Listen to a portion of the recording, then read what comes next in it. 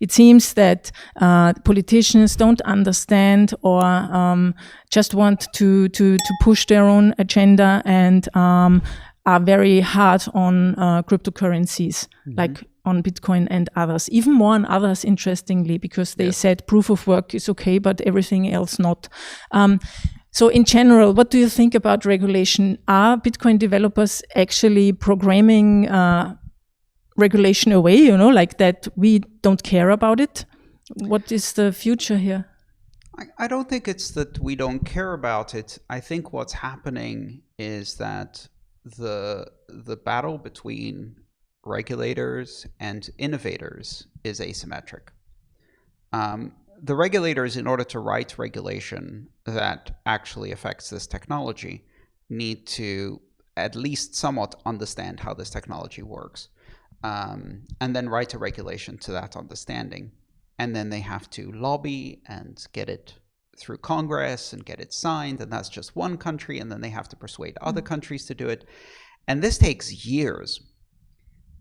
So effectively, what they're regulating now is the kind of centralized exchange operations and what they call brokers from years ago.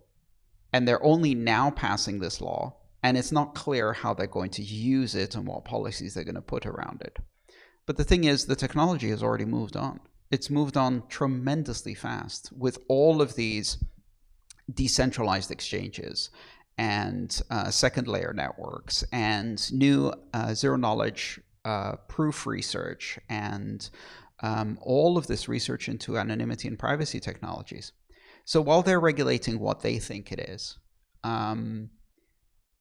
we're building something new. It's a bit like the regulators have just woken up and they're like, okay, automobiles, here we have a plan of a Ford Model T, let's regulate to that. And meanwhile, you're building Teslas on the other side.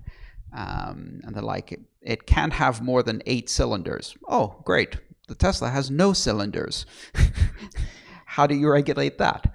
So I think the real issue about the regulation is that what they're doing increasingly is they're only affecting middle-class investors. Those who have the means to evade the regulation. Rich people who can hire lawyers and accountants and move money to other countries can ignore it. Those who live in extreme poverty in corrupt countries can also ignore it because there's an issue there where it's much more important to achieve financial freedom, and breaking a small law that you can bribe your way out of with a corrupt cop is not an issue. Who they're really hurting is kind of the developed nation, the German, the American, the British middle-class investors, and all of the companies like exchanges and miners who are trying to operate in those countries and pushing the rest into the shadows. Well, that's not politically viable, which is kind of ironic, because what's going to happen is they're not stopping any criminals from using this technology. When they hurt the middle class gets annoyed and it votes. So this isn't politically advantageous. I mean, even more in Europe, they want to surveil everything. And so it's even more, I think here the understanding is missing that this is a technology for the betterment and for the people, like for the freedom of the people. So I even have the feeling that people here, or regulators and politicians, push even harder against cryptocurrency. Do you see that too? Yeah, I think I do. And what that means is they're, again, going to push middle-class investors out of the use of cryptocurrency as an investment asset. And that's going to encourage the development and investment in privacy and anonymity technologies. And you're going to see more and more people adopting much stronger privacy and anonymity technologies. Monero instead of Bitcoin or Ethereum. Yeah, I heard there's now a bridge between Monero, like atomic swaps between Monero and Bitcoin. Yes, and there are other things like blockchains that construct trustless liquidity pools for atomic swaps between multiple different currencies, like Thorchain, for example. All of these things allow you to effectively have distributed exchanges between very, very private and anonymous currencies and mainstream strong monetary policy currencies, well, of which really there is only one, and that's Bitcoin. So you can have the strong liquidity reserve currency monetary features of Bitcoin, and then also be able at a moment's notice to swap into the strong anonymity, privacy, and easy medium of exchange capabilities. So you're talking about Bitcoin DeFi now, like Sovereign, and you mentioned Thorchain, which is enables swaps between a multitude of coins, as far as I know. And so what you're saying is there will be more and more decentralized exchanges, and things like BISC, for instance. Yes, exactly. BISC was just the start, and is still very effective.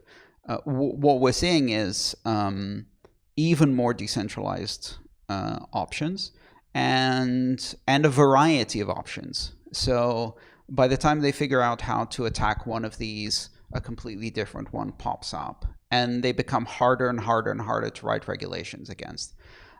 Ultimately, what this means is that people will be able to move very easily from one cryptocurrency to another. The more difficult part is moving fiat into and out of cryptocurrency. And so that's where I think we need to see where the regulation is going. Because I think in the long run, what it does is those who are committed to using cryptocurrency, if you cut off the on-ramps and off-ramps, they don't stay out of cryptocurrency. They simply stay in cryptocurrency. They get in, and then when they can't get their cryptocurrency into fiat, they just simply spend it directly as cryptocurrency. I see that coming too. I mean, that's when I think about this scenario, then I always think to myself, okay, then I never move my money again into fiat. But I just use Bitcoin, and I will select people or businesses who accept Bitcoin and use them. Yeah. I mean, I think Bitcoin is big enough now, or distributed enough around the world, that you can make live from it, and you can. I'm sure you find people that accept it for your rent and things like that. Yeah, it depends where you live, right? So it kind of forces you to make different choices. It's not easy to live in cryptocurrencies, and I don't. I mean, I don't live in cryptocurrencies. What I do, however, is I make some of my income in fiat, I make some of my income in cryptocurrencies, and I very rarely exchange between the two. If I need to make payments where I can use cryptocurrencies, I do that, for example, for paying contractors in other countries.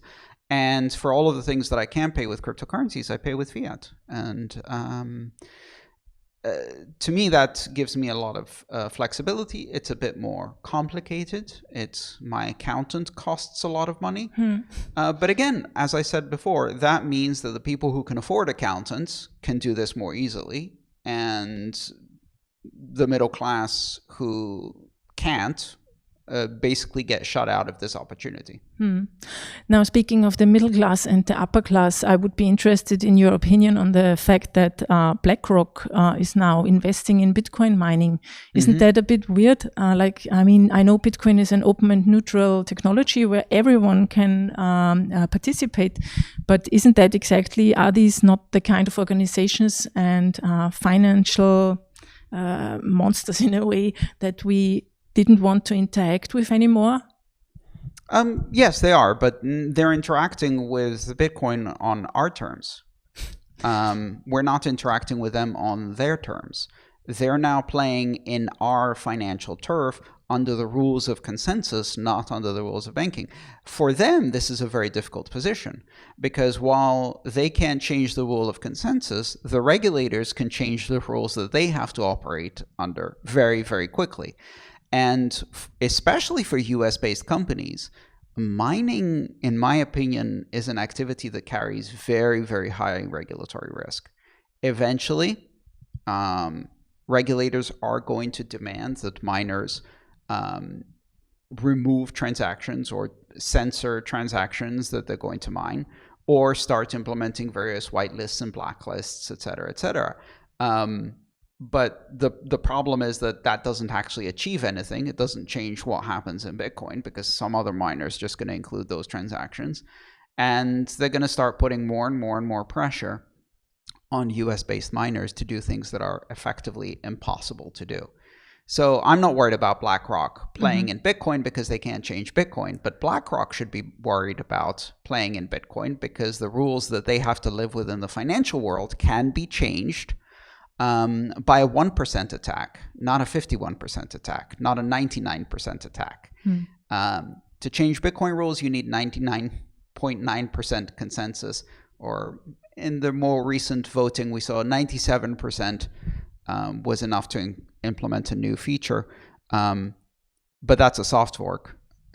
Implementing a successful hard fork requires a lot more persuasion.